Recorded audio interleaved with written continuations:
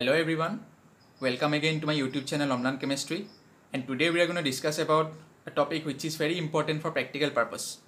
अगर आप केमिस्ट्री या फिर फिजिक्स का भी किसी प्रैक्टिकल के अंदर कोई फिजिकल क्वांटिटी का मेजरमेंट लेना चाहते हो तब ये कॉन्सेप्ट आपको मदद करेगा और ये टॉपिक है एक्यूरेसी एंड प्रिसीशन। आज ये वीडियो लेक्चर के ज़रिए मैंने एक रोड मैप क्रिएट किया है ताकि आप लोगों को एक्यूरेसी एंड प्रिसीशन का डेफिनेशन प्लस उसका डिफरेंस प्रैक्टिकल एग्जाम्पल के ज़रिए आपको बता सकूँ। ठीक है, तो कोई भी फिजिकल क्वांटिटी का मेजरमेंट लेने के लिए हमको एक मेजरिंग डिवाइस की ज़रूरत होता है। फॉर एग्जांपल थर्मोमीटर ज़रूरत होता है टेम्परेचर मेजरमेंट करने के लिए, सिमिलरली डिस्टेंस मेजर करने के लिए हम लोग को स्केल चाहिए, एट्सेट्रा एट्सेट्रा। अब वो मेजरिंग डिवाइस का फॉल्ट मतलब मशीनरी फॉल्ट या फिर ह्यूमन मिस हैंडलिंग के ज़रिए जो मेजरमेंट हमको चाहिए उसका एक्चुअल मेजरमेंट ना निकल के हमको थोड़ा एरर मिल सकता है। ठीक है, तो वो एरर को साइंटिफिकली कैसे कंपेयर कर सकते हैं हम लोग एक्चुअल मेजरमेंट के साथ, उसी को डिफाइन करने के लिए दो टर्म इंट्रोड्यूस किया गया, एक्यूरेसी एंड प्रिसीशन। ओके, तो अब ये एक्यूरेसी क्या है? It tells how close a measurement to an actual value. और प्रिसीशन क्या है? It tells how repeatable a measurement is. तो ये डेफिनेशन थोड़ा समझना थोड़ा मुश्किल है, तो इसको समझाने के लिए मैंने एक नोन एग्जाम्पल का हेल्प लिया है। आप सभी जानते हैं ये example. Let us take the example of g, small g, gravitational acceleration, जिसका वैल्यू है 9.8 मीटर पर सेकेंड स्क्वायर। ठीक है, अब मान लीजिए आपके पास एक इंस्ट्रूमेंट है, मेजरिंग डिवाइस है, जिसके जरिए आप लोग ये जी का वैल्यू निकाल सकते हैं। ठीक है, तो हाइपोथेटिकली मैंने ये इंस्ट्रूमेंट तीन स्टूडेंट के बीच में डिस्ट्रीब्यूट कर दिया। ठीक है, और तीनों स्टूडेंट को बोला कि आप लोग एक एक सेट तैयार कीजिए जिसके अंदर 3 मेजरमेंट्स होगा। ठीक है, उस जी का। तो इस तरह से हमको 3 सेट मिल गया। ब्लू कलर का सेट है स्टूडेंट ए का सेट, रेड कलर का सेट है स्टूडेंट बी का सेट, और ग्रीन कलर का सेट है स्टूडेंट सी का सेट। ठीक है, तो हम स्टेप बाय स्टेप एनालिसिस करते हैं, पार्ट बाय पार्ट। सबसे पहले ए स्टूडेंट का जो सेट है उसका एनालिसिस करते हैं। तो ए स्टूडेंट का सबसे पहला वैल्यू जो निकला है वो है 9.79 मीटर पर सेकेंड स्क्वायर। ठीक है, अब ध्यान दीजिए कि ये जो वैल्यू है वो एक्चुअल वैल्यू जो है जी का 9.8 मीटर पर सेकेंड स्क्वायर उससे बहुत क्लोज है। ठीक है, बहुत ही ज़्यादा क्लोज है। सिमिलरली जो सेकेंड वैल्यू है वो भी बहुत ही ज़्यादा क्लोज है, 9.80 मीटर पर सेकेंड स्क्वायर। और थर्ड जो वैल्यू है वो भी बहुत ही ज़्यादा क्लोज है। ठीक है, लेकिन अगर आप बी और सी का अगर आप मेजरमेंट देखें, बी का 8.20 जो कि काफ़ी दूर है, 8.19 वो भी दूर है, या फिर 8.18 जो थर्ड मेजरमेंट है वो भी काफ़ी दूर है। सिमिलरली स्टूडेंट सी का जो मेजरमेंट 11.1, 12.0 और 13.0 ये भी जो एक्चुअल मेजरमेंट जो है उससे काफ़ी दूर है। इसका मतलब ये तीनों जो स्टूडेंट ने जो 3 मेजरमेंट्स का एक एक सेट निकाला है, इन तीनों में से जो ब्लू कलर का सेट मतलब जो स्टूडेंट ए का जो सेट है और उस ए सेट के अंदर जो वैल्यूज़ है 3 मेजरमेंट्स वो काफ़ी एक्यूरेट है। क्यों? क्योंकि ये जो ट्रू वैल्यू जो है मतलब जो एक्चुअल वैल्यू है उससे बहुत नज़दीक है, इसलिए ए का जो मेजरमेंट्स है वो बहुत ही ज़्यादा एक्यूरेट है। ठीक है, बी और सी का जो वैल्यूज है मेजरमेंट्स है वो एक्यूरेट नहीं है, क्योंकि ये जो एक्चुअल वैल्यूज़ है उससे काफ़ी दूर है, इसलिए बी और सी का वैल्यू एक्यूरेट नहीं है।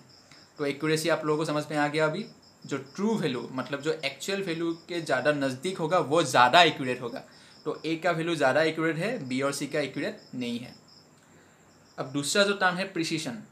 ठीक है, it tells how repeatable a measurement is. फिर से हम लोग स्टेप बाय स्टेप एनालिसिस करते हैं। ए का 3 मेजरमेंट 9.79, 9.80 और 9.78, ये 3 मेजरमेंट, ये तीनों मेजरमेंट आपस में अगर आप कंपेयर करें 9.79, 9.80 एंड 9.78, ये तीनों भी आपस में बहुत क्लोज है, एक दूसरे के साथ ऑलमोस्ट क्लोज है, मतलब बहुत ज़्यादा दूर नहीं है। 9.79 9.8 से एकदम नज़दीक है। सिमिलरली 9.78 भी 9.8 से एकदम नज़दीक है, 9.79 भी 9.78 के एकदम नज़दीक है। मतलब ये तीनों वैल्यू एक दूसरे के भी बहुत नज़दीक है। इसीलिए ये जो ए स्टूडेंट का जो मेजरमेंट्स है, ये तीनों मेजरमेंट्स बहुत ही प्रिसाइज है क्योंकि ये तीनों का मेजरमेंट्स एक दूसरे से भी बहुत क्लोज है। ठीक है। सिमिलरली बी का देख लीजिए आप, 8.20, 8.19 एंड 8.18, ये तीनों मेजरमेंट भी एक दूसरे से बहुत क्लोज है। इसलिए बी का मेजरमेंट भी क्या है, बहुत ज़्यादा प्रिसाइज है। लेकिन बी का मेजरमेंट एक्यूरेट नहीं था, ठीक है, क्योंकि ये दूर था। लेकिन इंडिविजुअल मेजरमेंट्स जो है वो एक दूसरे से बहुत ज़्यादा क्लोज है। इसलिए बी का जो मेजरमेंट्स है वो एक्यूरेट नहीं है लेकिन प्रिसाइज है। और ए का मेजरमेंट वो एक्यूरेट भी है और वो प्रिसाइज भी है। ठीक है। अब हम लोग सी का एग्जांपल लेते हैं। तो सी का जो तीन वैल्यू है 11.1, 12.0 एंड 13.0, ठीक है, ये तीनों वैल्यू एक दूसरे से दूर है compare to a and b. 11.1 से 12 दूर है, 12 से 13 भी दूर है, सिमिलरली 11.1 से 13 भी दूर है।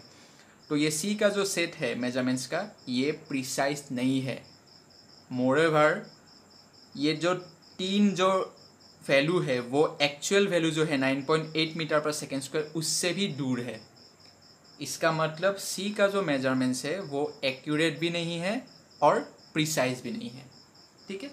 तो आप लोगों को अभी एक्यूरेसी और प्रिसीजन का डिफरेंस समझ में आ गया। ए का जो वैल्यूज़ है, ए सेट, वो एक्यूरेट भी है और प्रिसाइज भी है। बी का एक्यूरेट नहीं है लेकिन प्रिसाइज है क्योंकि इंडिविजुअल मेजरमेंट्स एक दूसरे के बहुत करीब है। सी का एक्यूरेट भी नहीं है और प्रिसाइज भी नहीं है। इसको आप कॉमनली एक स्कीमेटिक आर्चरी बोर्ड के एग्जाम्पल के जरिए समझ सकते हैं। ये जो सेंटर है रेड डॉट, ये है बुल्स आई, मतलब ये है 9.8 मीटर पर सेकेंड स्क्वायर का वैल्यू। ठीक है, सेंटर ये है आइडियल। ए का वैल्यू ये रेड डॉट से काफ़ी नज़दीक है। ठीक है। बी का वैल्यू ये रेड डॉट से दूर है। सी का वैल्यू और भी दूर है। तो इस तरह से आप लोग एक्यूरेसी और प्रिसीजन का डिफरेंस इस बोर्ड के जरिए समझ सकते हैं। जितना बुल्स आई या फिर ये रेड डॉट के करीब होगा वैल्यू, उतना ही ज़्यादा एक्यूरेट होगा। और प्रिसीजन को कैसे समझेंगे?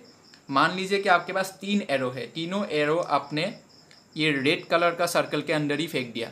ठीक है, तो वो क्या होगा, प्रिसाइज होगा। और सिंस ये तीनों एरो मतलब रेड कलर के सर्कल के अंदर जो 3 एरो है वो ये जो बुल्स आई है उससे भी नज़दीक है, इसलिए वो एक्यूरेट भी होगा और प्रिसाइज भी होगा।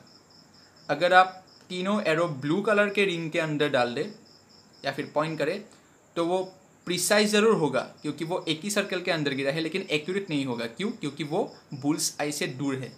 सिमिलरली अगर आप तीनों ग्रीन कलर के अंदर डाल दे तो वो प्रिसाइज होगा, लेकिन सिंस बुल्स आई से दूर है तो वो एक्यूरेट नहीं होगा।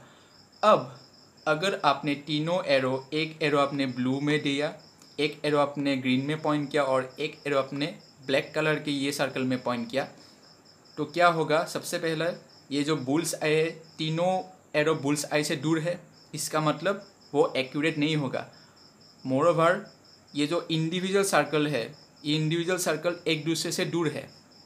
तीनों अलग अलग सर्कल में है। अभी एक एरो ब्लू सर्कल के अंदर, एक एरो ग्रीन सर्कल के अंदर और एक एरो ब्लैक सर्कल के अंदर, तीनों बहुत दूर है। इसलिए ये तीनों एरो का जो मेजरमेंट जो है वो एक्यूरेट भी नहीं है सिंस वो बुल्स आई से दूर है, और प्रिसाइज भी नहीं है क्योंकि वो इंडिविजुअली भी एक दूसरे से दूर है। ठीक है, तो यही है आज का टॉपिक, एक्यूरेसी एंड प्रिसीजन। तो इस तरह से आप लोग कोई भी मेजरमेंट का एरर आप कंपेयर कर सकते हैं। नॉर्मली हम लोग जब केमिस्ट्री में टाइट्रेशन वगैरह करते हैं तब ये हमको बहुत हेल्प करता है, और फिजिक्स में भी बहुत सारा प्रैक्टिकल में ये हेल्प करता है। तो I hope you have understood this concept, and if you like this video then please like it, share it and subscribe my YouTube channel and get the update of various interesting chemistry topic in a very lucid manner. Thank you for today.